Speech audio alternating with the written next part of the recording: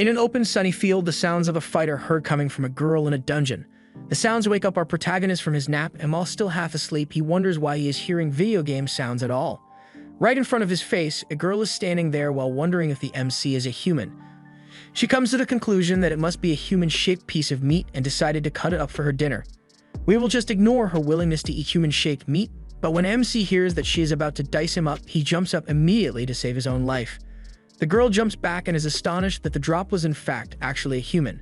But the guy is more annoyed that she didn't even bother to check beforehand and immediately went for the meal prep.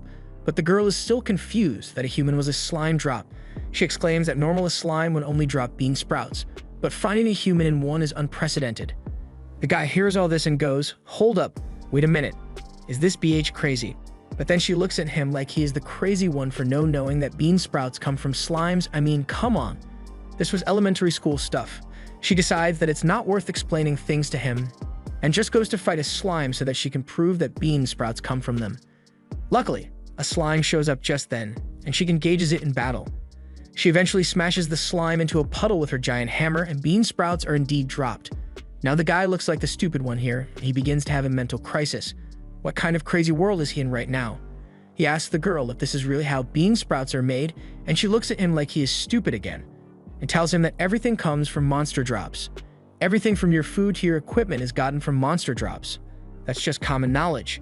She then proceeds to call him an idiot. The guy follows her as she is walking through the dungeon and asks her if they are still in Japan. But she has never heard of the word, let alone the place. He then asks if they are at least still on Earth, but she also has never heard of Earth.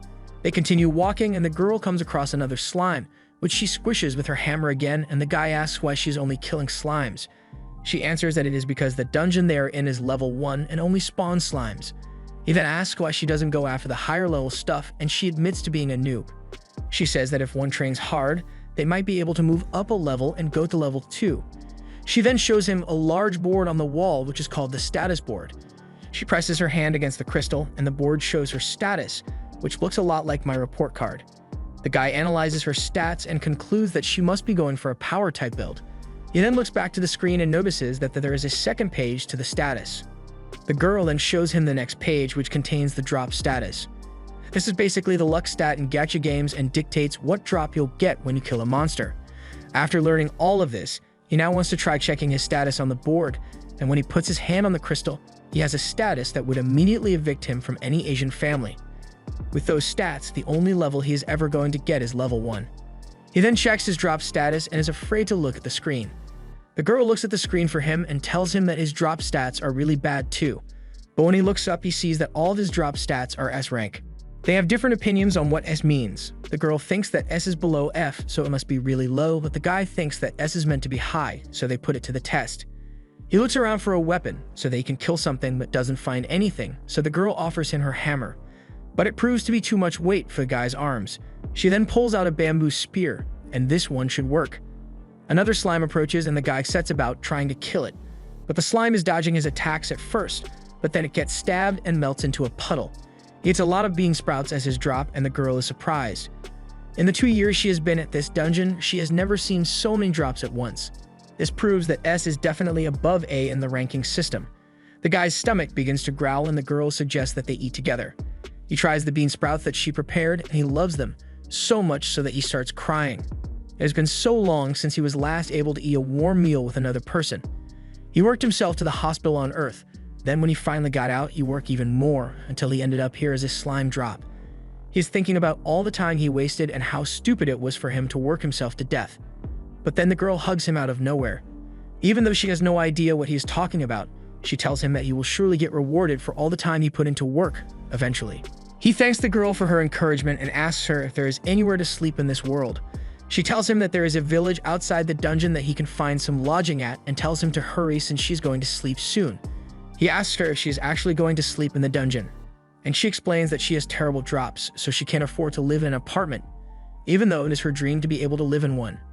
She wakes up, farms slimes, eats bean sprouts, and goes to sleep. It's not much, but honest work. She offers him her bamboo spear to help him with his hunting, and he promises to return the spear to her later.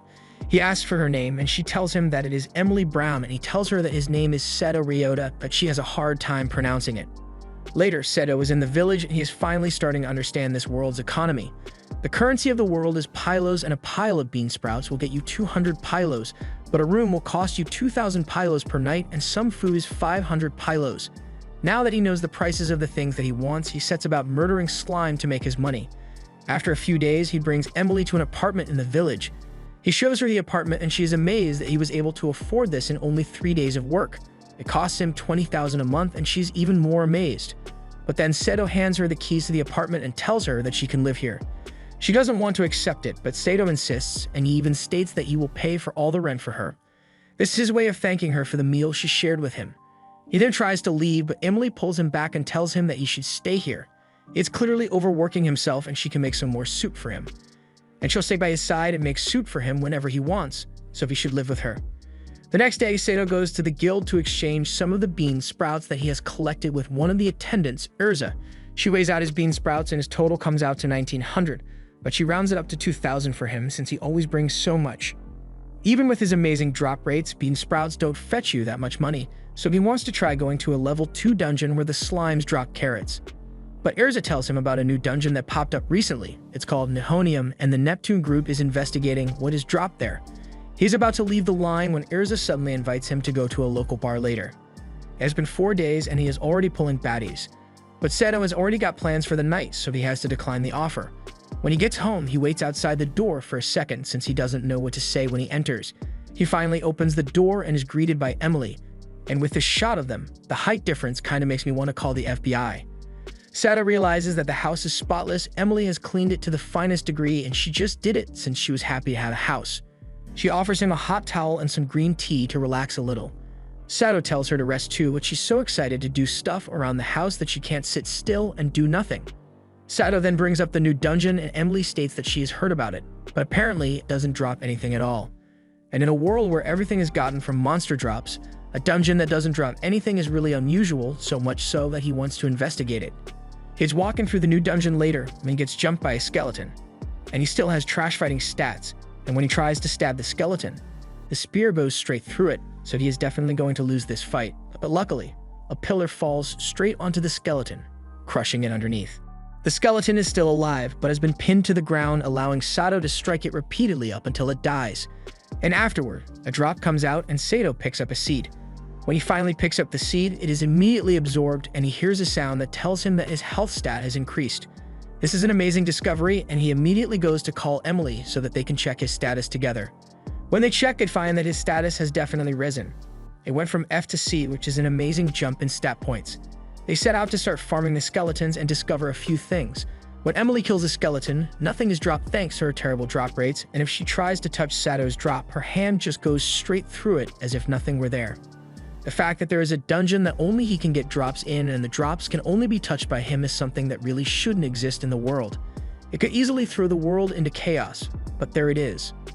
Seto is now the only person that is able to raise his stats without leveling up at all, and after a few days he has already gotten his health stat all the way up to S rank. And he plans to go to the level 2 dungeon later in order to test out how much stronger he has gotten. Emily is a little worried about Seto's health since he tends to be a little reckless with his health, and she asks him to at least come home at night. The next day he heads into the level 2 dungeon, and when he faces a sleepy slime he has hit a lot. But thanks to his health being at S, he doesn't take much damage and is able to finish off the slime. The slime then drops a huge carrot. Before he can pick up his prize, some other adventurers kill another slime and get a smaller carrot. They then mock Seto for being level 1 and walk away. Then Seba turns around and notices a bunny girl standing behind him. She then says she hates level 1 people, chops him on the head and then leaves. Yeah, this world is pretty strange. Later, Seto was showing Emily how much he made today, and he got 8,000 for the carrots. But then there is a knock at the door, and when he checks, it is the same bunny girl who then chops him on the head and states that she loves him. Yep, really strange. This was the end of the first part. Thank you for watching. Don't forget to like and subscribe. We will see you in the next video.